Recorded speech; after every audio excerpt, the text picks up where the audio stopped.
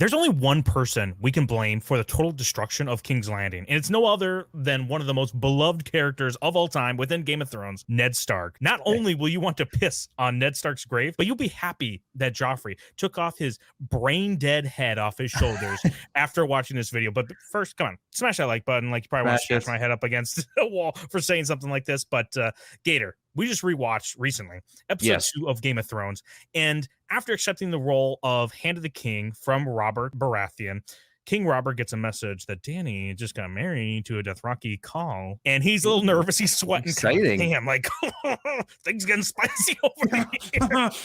Ned, what if we send somebody over there to your...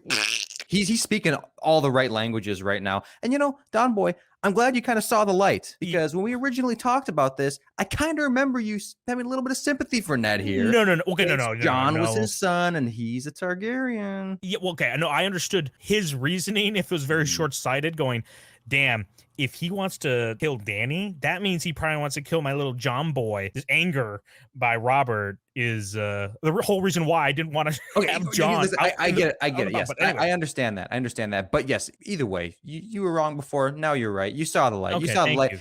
Yes, it is completely Robert. Robert is 100% right here. He should send someone over there to kill Daenerys, because everything he's saying is true. It's only a matter of time before she spreads her legs and starts breeding with Khal Drogo and creates a little offspring that Dany and Viserys over there can manipulate. And obviously, the first thing they're going to do is take revenge on the usurper. I understand that Ned doesn't like to deal with that shady business, right? It's like, tell me we're not speaking of this or whatever. But dude, yeah, we're speaking of it, because if we don't, we're all going to die, or at least there's a greater chance that we're going to die, right? It's like, if we don't do it, there's some percent chance that this person comes and conquers Westeros with a very formidable army.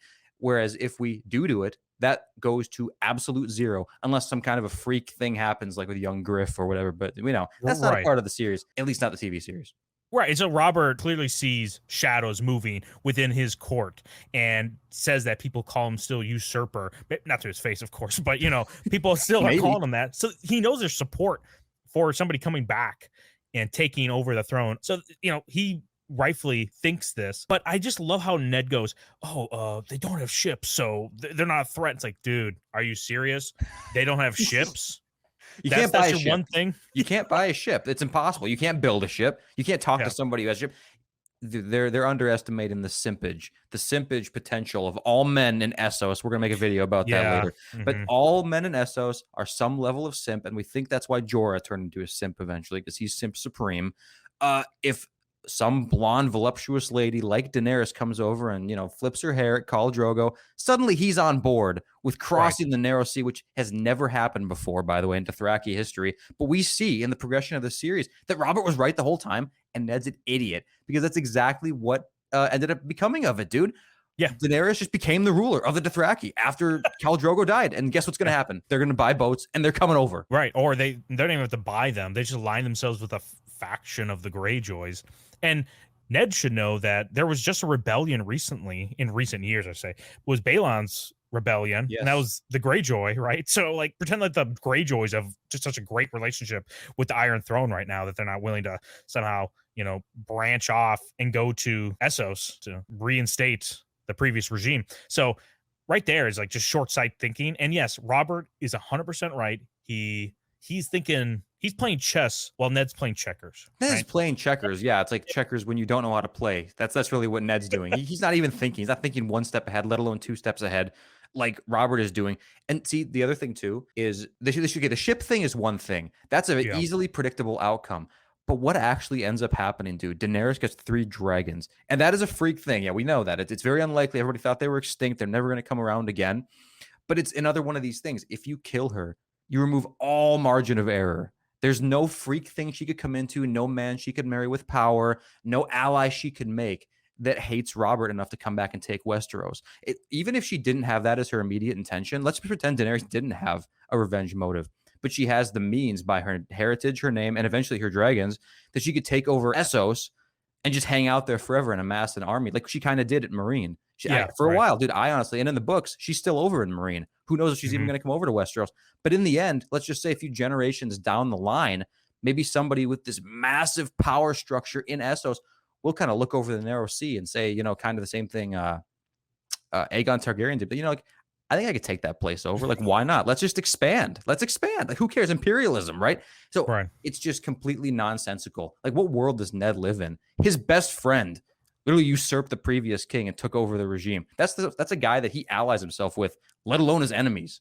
Yeah, and if Robert would have had his way, he would have saved hundreds, if not thousands, of lives. Basically, by the end of season 8 of Game of Thrones, where Dany comes over, not only starts a war, but then destroys all of King's Landing. And for what? Ned wants to like keep his honor by not killing this child that is clearly a threat. I mean, this is where I kind of side with Jaime more, with backstabbing the Mad King and saving lives over keeping his honor, not disgracing it. Because at the end of the day, I take lives over honor for a lot of it. The codes I've swore to do mean something to me, but if I'm gonna betray like the greater good because of it, Oh yeah, well obviously, like come on, yeah. So it's true. Jaime's the goat, and in real life, that's how it is too. Like if there's some kind of crazy oppressive regime, like let's say Soviet Russia or something like that, or let's just say N-word Germany, right? N-word Germany in the 30s and 40s. We know how bad that place was. If there was some person who was like rising up in the ranks, and sure, in that empire, I'm sure all these ranks are very respected and these customs are super strict and formal. But if somebody defied it because he saw like some kind of evil within this regime, let's just say he killed Uncle A, the world would celebrate that person because like they've gained even a greater honor and betraying their one honor for the greater good. This is even simpler than that, because if you kill Dany over there and the Dothraki are pissed off about it, what are they going to do? They're going to just like ride their horses into the sea like Ned was so afraid of? Like, who cares? Yeah, they're not going to do anything. If anything, they'll not even know what happened and just know that she was assassinated by somebody, and they'll probably just move on, you know? No, you're exactly right. But yeah, that's what. Go ahead. Well, I was going to say, I know what people are going to be commenting right now if they got this far. With the White Walkers, who's gonna take out the White Walkers? Dude, White Walkers, White Walkers. That's just Northern propaganda. Whole reason why they trying to get everybody on board with, but you got to give us more resources for the North. Like there's what one we saw one zombie in King's Landing for a little bit. Like, come on, Qyburn can do that as fucking it's right? overblown. Like, it's an overblown issue. You don't need the wall in the North. Listen, tear the wall down. That's fake news. Fake news. But yeah, bottom line, dude, Robert is based as hell, and Ned is cringe. I'm not sure if the intention of the scene was to kind of make Robert seem ultra paranoid, and then Ned seems super honorable, or whatever. But it did not come off that way to me. It came off like Robert is completely realistic and reasonable, and Ned is being a little bitch. Hey, thanks for watching this video. Be sure to subscribe if you want to see more content like this, and smash that like button. Or not. We don't care.